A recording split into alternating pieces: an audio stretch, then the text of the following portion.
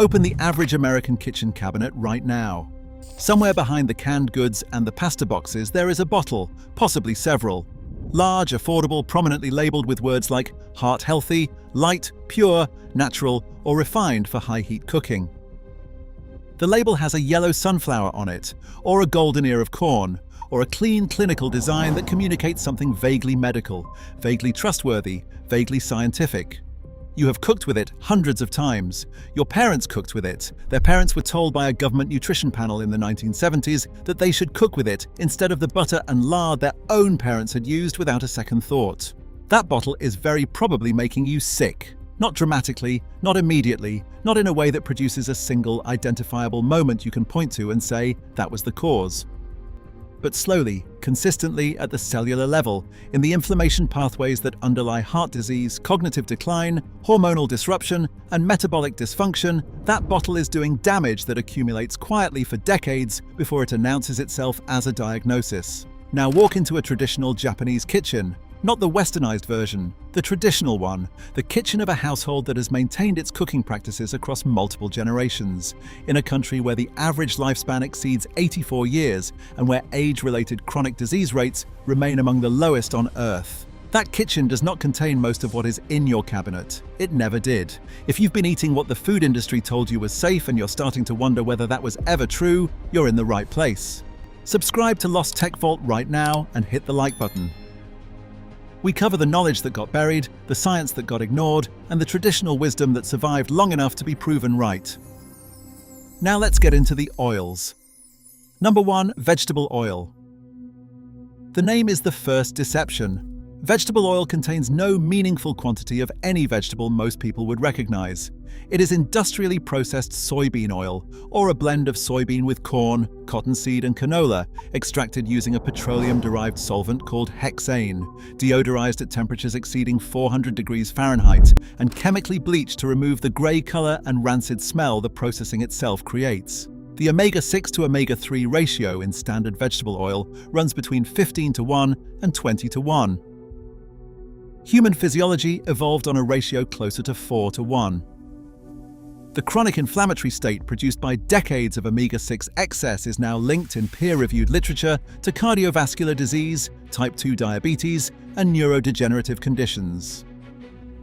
Japanese cooking tradition never developed a vegetable oil category. There was no need for one. The concept was imported alongside Western fast food infrastructure in the post-war period and has never been embraced in traditional households. Number 2. Canola oil.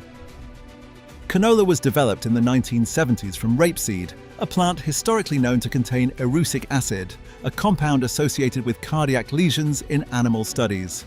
The low erucic variety was bred specifically to address that toxicity concern, and the new name was a marketing contraction of Canadian oil, low acid. The processing method is identical to vegetable oil: hexane extraction, high-temperature deodorization, bleaching. What makes canola particularly problematic is what happens to its omega-3 content during that deodorization process. Omega-3 fatty acids are highly unstable at heat. During processing, a significant portion converts into trans fats, the same compounds regulators spent decades trying to eliminate from the food supply. These industrially produced trans fats do not appear on the nutrition label because they form during processing rather than being added as an ingredient.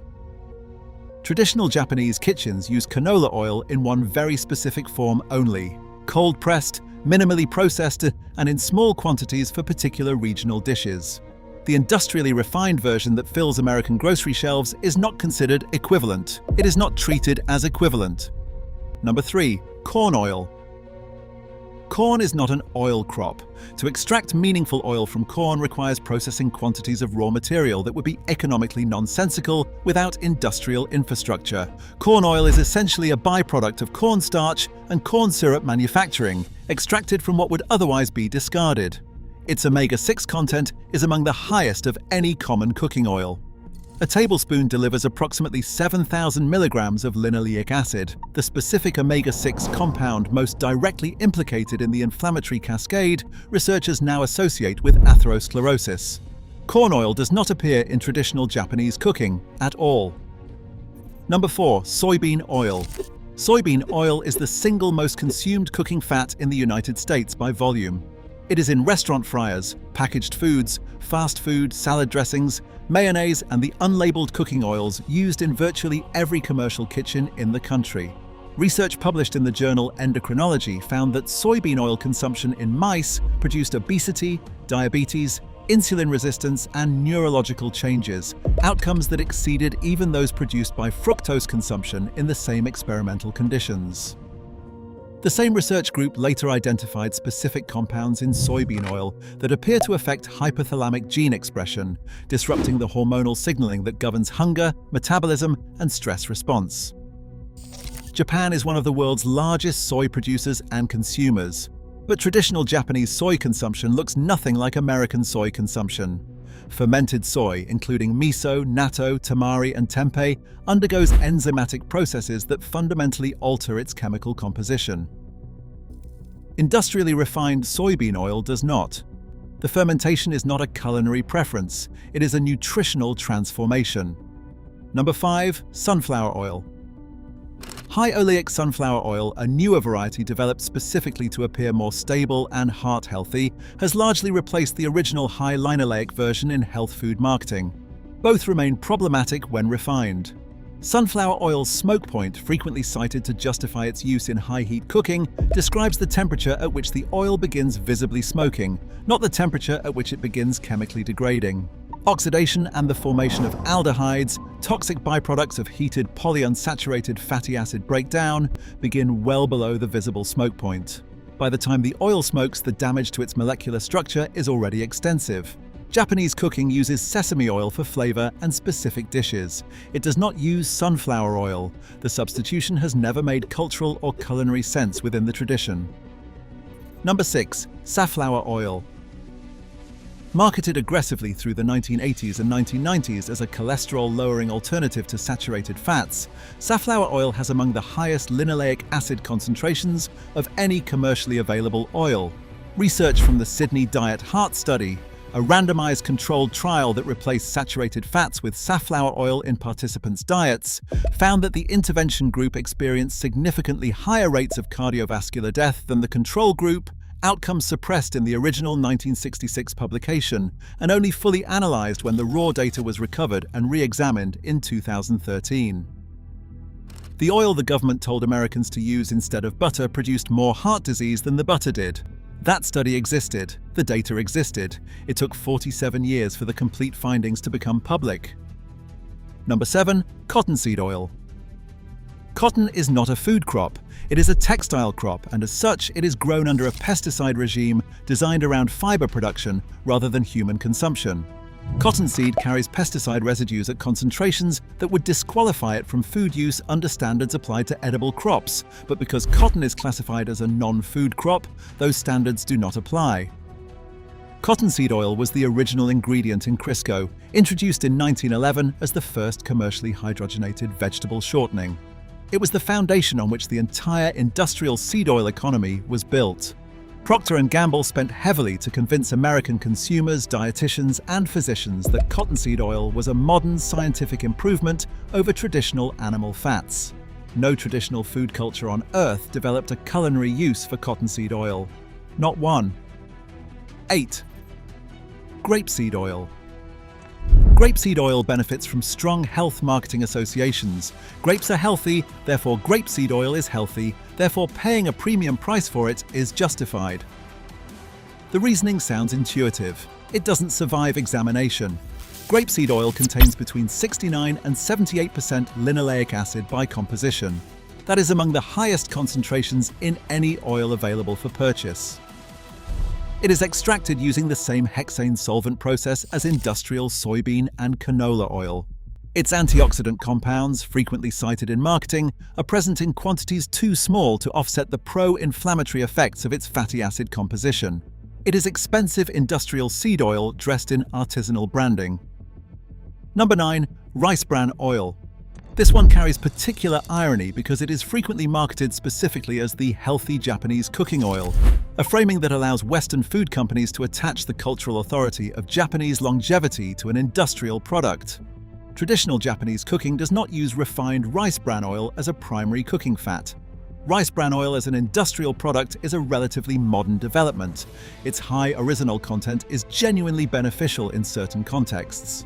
But its omega-6 to omega-3 ratio and its industrial refining process place it firmly in the same category as other refined seed oils when used as an everyday high-heat cooking fat.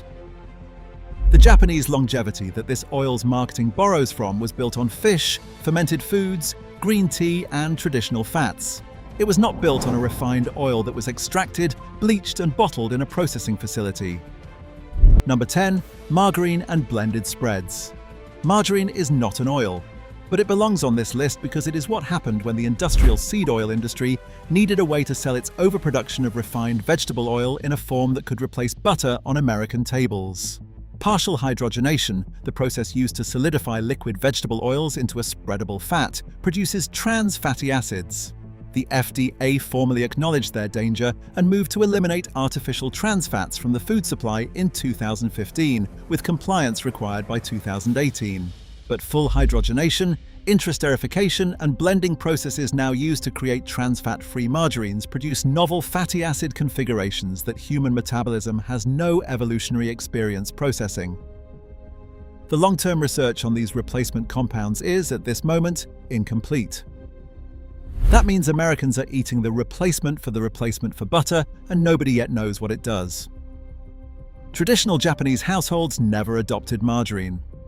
Butter, used sparingly in certain regional and contemporary dishes, is recognized as a natural animal fat with a coherent nutritional profile. An industrially engineered fat substitute is not considered equivalent, not in chemistry, not in culture, not in the kitchens that have kept a population living into its late 80s for generations. The oils in your cabinet arrived there through decades of industry lobbying, government nutrition panels influenced by the very companies whose products they were evaluating, and a coordinated reframing of saturated fat as the enemy, a reframing that conveniently positioned industrial seed oils as the solution. The science that supported it was weak from the beginning. The science that contradicts it has been accumulating for 30 years. Traditional Japanese kitchens never needed to unlearn any of this because they never learned it in the first place. The wisdom was simply never replaced. What you cook with is one of the most consequential daily decisions you make. It doesn't announce itself. It doesn't feel significant in the moment. It is simply oil in a pan on a Tuesday evening. But over decades, it is something much more than that. It is either inflammation or its absence, disease or its prevention, a body that ages gracefully or one that fights its own chemistry for years before the diagnosis finally has a name. Choose accordingly. Subscribe to Lost Tech Vault. The truth about what's in your kitchen has been sitting in plain sight for decades. We just help you see it.